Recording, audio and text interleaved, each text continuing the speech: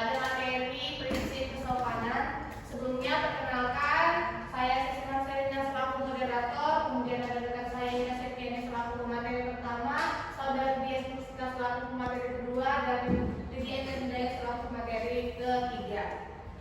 Saja, pada kesempatan kali ini kami akan membahas mengenai maksim kebijaksanaan atau kedermawanan, yang kedua maksim penerimaan, kemudian maksim kemurahan hatian, kemudian kerendah hatian, kesetujuan atau kecocokan, dan kesimpatian. Langsung saja saya persilakan kepada pemateri pertama untuk membawakan materi. Baik, yang pertama ada prinsip kesopanan. Prinsip kesopanan menggambarkan kesantunan atau kesopanan kesantunan. Kesantunan berbahasa menurut Leeds 1923 ialah penerapan prinsip kesopanan atau politeness principle dalam berbahasa. Prinsip ini ditandai dengan memaksimalkan kesenangan atau kearifan, keuntungan, rasa salut atau rasa hormat, pujian, kecocokan, dan kesimpatian kepada orang lain, dan bersamaan dengan itu meminimalkan hal-hal tersebut pada diri sendiri. Agar memenuhi prinsip atau maksim kesopanan berikut ini inti 6 prinsip kesopanan menurut Leeds. Yang pertama, maksim kebijaksanaan atau kedermawanan, teks maksim. Ditujukan pada orang lain atau other-centered maksim. Jenis maksim ini untuk berjanji dan menawarkan impositif komisif, memaksimalkan keuntungan orang lain, meminimalkan kerugian orang lain. Misalnya, ada yang bisa saya bantu, A mari saya bawakan, D tidak usah. Tuturan A dan D disebut pragmatic paradox.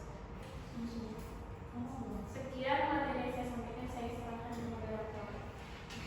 Dari pemaparan materi pertama, selanjutnya materi kedua akan disampaikan oleh saudara Dias. Saudara Dias, silakan. Terima kasih kepada moderator. Untuk selanjutnya yaitu materi maksim penerimaan atau approbation maxim. Ditujukan pada diri sendiri bukan pada orang lain. Self-centered maxim. Maksim penerimaan ini ditujukan untuk menawarkan dan berjanji, memaksimalkan kerugian diri sendiri, meminimalkan keuntungan diri sendiri. Misalnya, bolehkah saya bantu? Mari saya bantu. Apakah Anda bersedia membawakan? Bawakan ini tidak sopan dan saya antarkan. Tolong saya diantarkan. Maksim kemurahatian atau generosity maxim. Pusatnya orang lain atau other center maxim. Maksim ini ditujukan untuk kategori asertif dan ekspresif, memaksimalkan rasa hormat pada orang lain, meminimalkan rasa tidak hormat pada orang lain. Misalnya, omahmu jane api, neng emane cedak pabrik, pekarangannya jembar, nanging emane akeh seperti. Demikian materi yang saya sampaikan. Kembali ke moderator. Baik, selanjutnya adalah pemaparan materi ketiga pada Lydia. Saya persilakan. Baik, terima kasih atas waktunya. Di sini saya akan lanjutkan yaitu yang kelima, maksim kesetujuan atau kecocokan atau agreement maksim.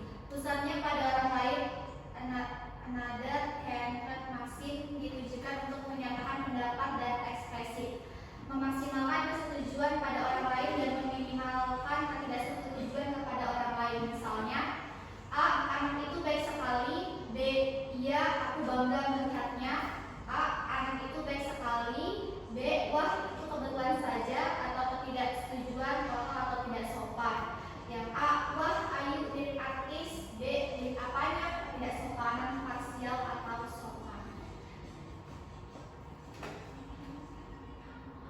Nah, selanjutnya maksim kesimpatian. Pusatnya orang lain atau other centered maksim ditujukan untuk menyatakan asertif dan ekspresif,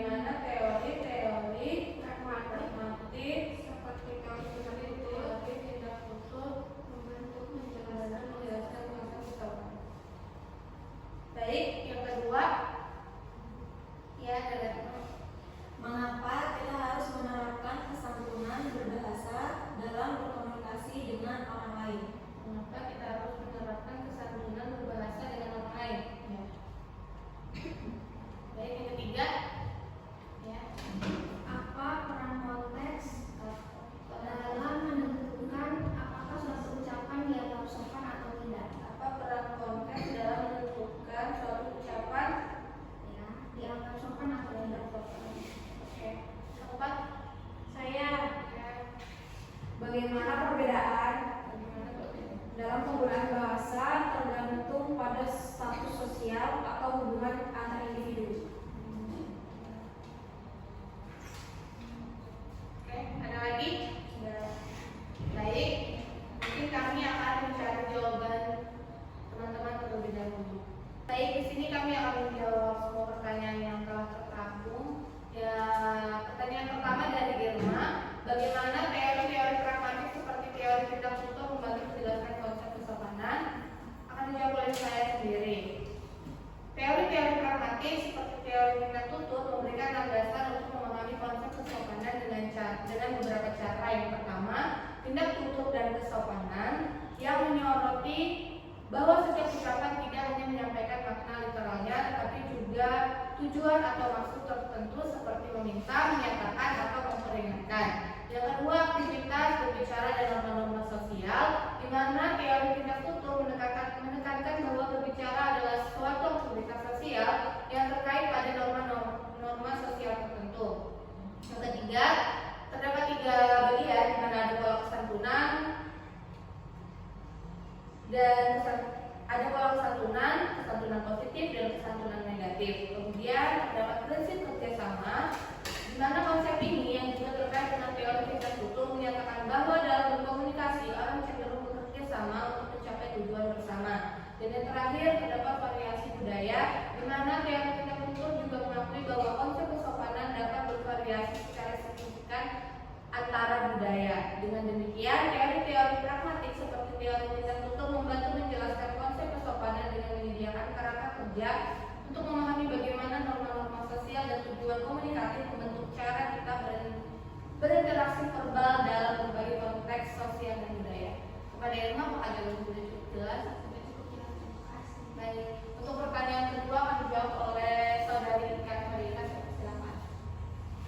Baik, di sini saya akan menjawab pertanyaan kedua dari Adik Reno. Pertanyaannya, mengapa kita harus menyerahkan kesantunan berbahasa dalam berkomunikasi dengan orang lain?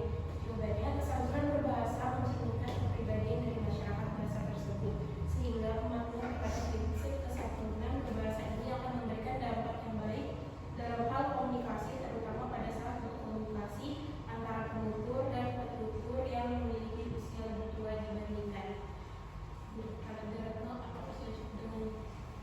Sudah cukup jelas dengan jawaban yang saya berikan. Sudah cukup jelas, terima kasih. Baik, untuk pertanyaan ketiga akan dijawab oleh saudara Dias. Kepada Dias, silakan.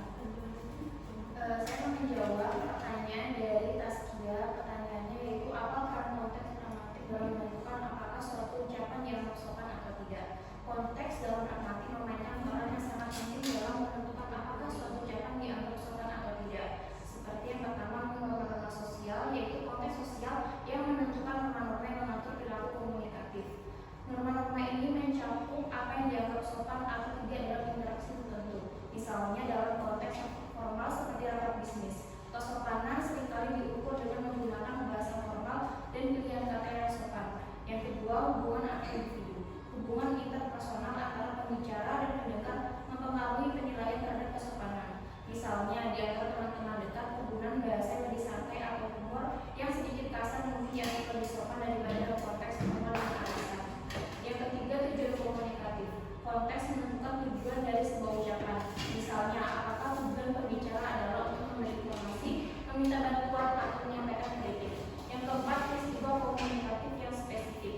Konteks juga mencakup peristiwa komunikatif yang sedang terjadi, seperti diskusi kelompok atau pertemuan resmi.